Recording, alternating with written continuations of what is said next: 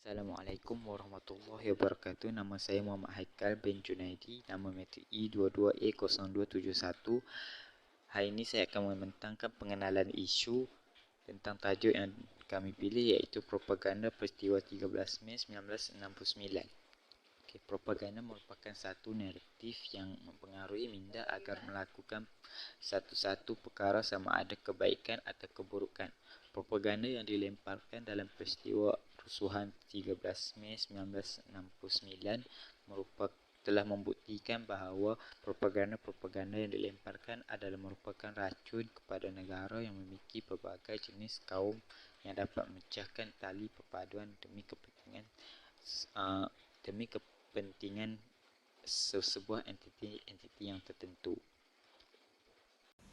Soalan kepada responden pertama, apakah pendekatan yang anda akan ambil untuk menentang dan menangani propaganda yang mungkin menyebabkan kerusuhan? Perpaduan ini boleh dicapai melalui dua cara utama, iaitu integrasi dan asimilasi. Integrasi adalah satu proses bagi mewujudkan identiti nasional di kalangan kumpulan yang terpisah dari segi kebudayaan, sosial dan lokasi dalam satu unit politik. Asimilasi boleh merujuk kepada bagaimana kumpulan-kumpulan minoriti diasimilasikan melalui perkahwinan campur dan sebagainya dalam kumpulan etnik yang lebih besar. Seterusnya ialah sifat setia dan sayang pada negara haruslah ada dalam diri setiap rakyat di negara ini. Kita harus sentiasa peka terhadap isu dan masalah bangsa dan negara serta mencari cara untuk mengatasinya. Kita juga harus menanam semangat kekitaan dengan cara bertolak ansur dan bertoleransi. Seterusnya, soalan yang ditujukan kepada responden pertama, apakah langkah-langkah yang akan diambil untuk membantu masyarakat menjadi lebih kritis terhadap propaganda yang menyebabkan kerusuhan? Langkah pertama yang diambil ialah dengan melibatkan diri dalam aktiviti kemasyarakatan seperti gotong royong bagi mengeratkan hubungan semangat perpaduan antara satu sama lain. Di samping itu, menyertai perayaan kaum yang ada di negara kita. Dengan ini, ia dapat mengukuhkan lagi perpaduan kaum dan memupuk semangat cinta akan negara. Selain itu, sebagai rakyat yang cinta akan negara, beliau juga cuba untuk memberi kesedaran kepada masyarakat yang lain tentang kepentingan perpaduan masyarakat dalam sesebuah negara melalui media massa dengan memuat naik video yang berusulkan semangat perpaduan bagi memberi kesedaran kepada masyarakat terhadap perpaduan kaum. Berkaitan dengan peristiwa 13 Mei, apakah langkah-langkah yang anda akan ambil untuk membantu masyarakat menjadi lebih kritis terhadap propaganda yang dapat menyebabkan kerusuhan? Pada saya, 13 Mei ni memang satu musibah. Banyak peristiwa, banyak benda yang menjadikan benda tu bermasalah. Antara langkah-langkah yang boleh, sebab apa, sebab 13 Mei kita ada prinsip hukum negara. So masyarakat kena amalkan apa yang ditulis dalam hukum negara. Yang seterusnya, kalau boleh jangan amalkan sikap prejudis pada semua kaum. So terima doang seadanya lah, seperti dalam satu masyarakat yang bergabung kaum. Dan yang lain, saya rasa masyarakat ni perlu menjadikan elemen perpaduan tu sebagai daripada cara hidup. Seterusnya, apakah pendekatan yang akan anda ambil untuk menentang dan menangani propaganda yang mungkin menyebabkan kerusuhan? Pada saya ada dua kaedah. Pertama, melalui pendidikan. So daripada peringkat awal, semua masyarakat, jangan melibatkan hanya seorang guru saja untuk mendidik. Soalnya ada peranan ibu bapa, ada peranan masyarakat, ada peranan remaja. So kena alert ataupun responsif pada benda-benda macam ni. Dan yang kedua, mungkin boleh libatkan semua masyarakat, tak kira apa kaum, dalam satu program. Contohnya sekarang kita ada gotong royong, kita ada satu sukan untuk semua. Jadi sekarang pelibatan tu perlu diterapkan daripada peringkat awal. Terima kasih, Cik. Soalan seterusnya yang dikemukakan kepada responden kedua adalah, apa pendapat anda mengenai peranan media massa dalam penyebaran propaganda rusuhan? Poin pertama ialah penyebaran informasi.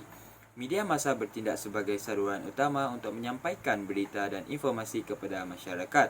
Ketika terjadi kerusuhan, media massa dapat menyebarkan informasi yang akurat dan objektif, atau sebaliknya terlibat dalam penyebaran propaganda yang mempengaruhi persepsi publik. Manakala kontrol narasi juga merupakan salah satu peranan media massa dalam penyebaran propaganda rusuhan. media massa memiliki kekuatan untuk mengendalikan narasi tentang sesuatu peristiwa. Propaganda dapat digunakan dengan mengontrol informasi yang disampaikan, mengabaikan atau merendahkan sesuatu kelompok atau memperbesarkan tindakan kekerasan satu pihak sementara meremehkan tindakan kekerasan pihak lain. Penyebaran desas-desus dan informasi palsu merupakan propaganda rusuhan yang pernah dilihat dan juga diketahui oleh responden kedua. Pada masa kerusuhan, pihak-pihak yang terlibat dalam konflik dapat menggunakan media sosial, surat khabar atau saluran berita untuk menyebarkan desas-desus, rumor dan informasi palsu yang memicu ketegangan dan memperburukkan situasi. Baiklah, responden kedua juga telah memaklumkan bahawa penggunaan gambar atau video yang diputarbalikkan merupakan poin kedua. Pihak-pihak yang terlibat dalam kerusuhan sering menggunakan teknik editing gambar atau video yang memutarbalikkan fakta atau menciptakan narasi yang mendukung tujuan mereka. Ini dapat mencakup memotong klip video agar terlihat seperti sesuatu kelompok sedang melakukan tindakan kekerasan padahal konteks aslinya berbeza. Baiklah, saya akan mengemukakan dua soalan. Soalan yang pertama adalah, bolehkah anda memberikan contoh-contoh propaganda rusuhan yang pernah anda lihat atau anda ketahui? Boleh. Contoh yang pertama yang saya lihat ialah penyebaran desas-desus dan informasi palsu. Pada masa kerusuhan, pihak-pihak yang terlibat dalam konflik dapat menggunakan media sosial, surat khabar atau saluran berita untuk menyebarkan desas-desus, rumor dan informasi palsu yang memicu ketegangan dan memperburukkan situasi. Seterusnya, contoh yang kedua yang saya lihat ialah penggunaan gambar atau video yang diputarbalikkan. So, pihak-pihak yang terlibat dalam kerusuhan sering menggunakan teknik editing gambar atau video untuk memutarbalikkan fakta atau menciptakan narasi yang mendukung tujuan mereka. Ini dapat mencakup memotong klip video agar terlihat seperti suatu kelompok sedang melakukan tindakan kekerasan padahal konteks asalnya berbeza. Baiklah, selesai soalan yang pertama. Seterusnya kita akan kemukakan soalan yang kedua, iaitu apa pendapat anda mengenai peranan media massa dalam penyebaran propaganda rusuhan? Pada pendapat saya, dalam penyebaran informasi, media massa bertindak sebagai saluran utama untuk menyampaikan berita dan informasi kepada masyarakat. Ketika terjadi kerusuhan, media massa dapat menyebarkan informasi yang akurat dan objektif atau sebaliknya terlibat dalam penyebaran propaganda yang mempengaruhi perspektif publik. Dan yang seterusnya ialah kontrol narasi.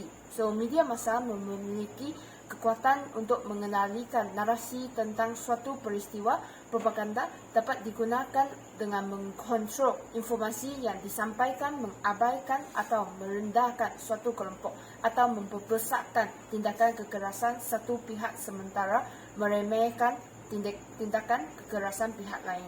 Baiklah, jadi terima kasih, itu saja soalan daripada saya. Terima kasih. Okay, bye. Untuk soalan yang pertama, iaitu apakah pemahaman anda mengenai propaganda rusuhan dan bagaimanakah ia boleh mempengaruhi masyarakat? Di sini, kami dapat mengenal pasti beberapa item daripada responden. Antaranya ialah punca berlakunya rusuhan di mana terjadi apabila hak kesamaan dilanggar atau isu yang tidak masuk akal muncul yang mana suara pihak yang diabaikan menyebabkan ketegangan dan rusuhan. Seperti kita tahu, propaganda merupakan penyebaran maklumat atau idea yang bertujuan untuk mempengaruhi pendapat atau tindakan orang ramai.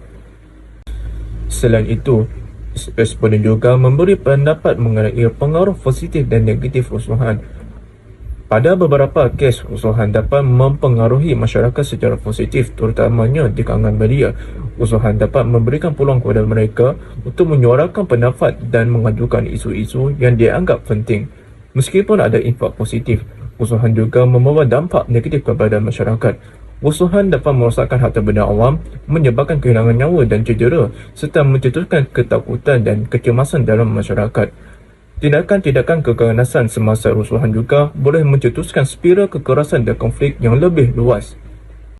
Jadi, Untuk mengatasi masalah ini, responden telah memberi pendapat untuk menyelesaikan krisis ini dengan mengamalkan konsep bermusyawarah. Konsep bermusyawarah adalah cara yang lebih baik untuk menyelesaikan perbezaan pendapat dan isu-isu yang timbul dalam masyarakat. Konsep bermusyawarah memberikan ruang kepada semua pihak untuk menyumbang suara mereka dan mencapai penyesalan melalui dialog dan perbincangan. Melalui pendekatan ini, kepentingan semua pihak dapat diambil kira dan dapat menyelesaikan masalah dengan lebih harmoni dan inklusif.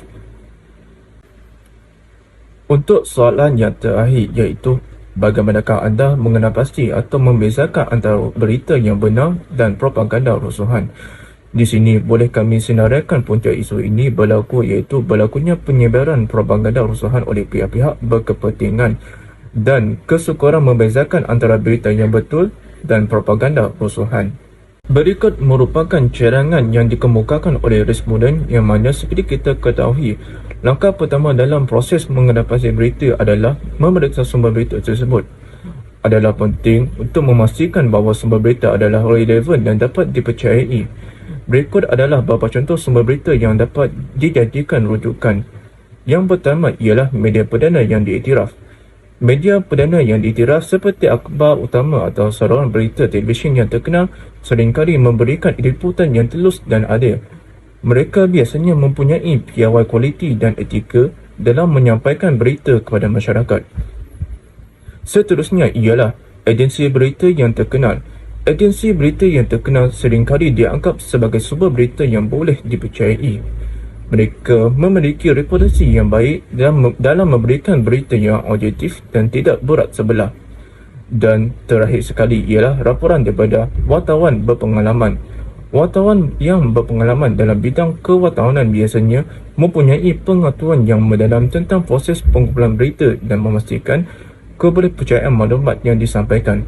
Laporan daripada wartawan yang berpengalaman boleh dijadikan panduan untuk membezakan antara berita yang benar dan propaganda rusuhan. Akhir sekali, responden memberi pendapat untuk mengatasi isu ini dengan menilai reputasi dan integriti sumber berita. Memeriksa reputasi dan integriti sumber berita adalah langkah penting untuk kita memastikan bahawa berita itu betul-betul ataupun propaganda rusuhan.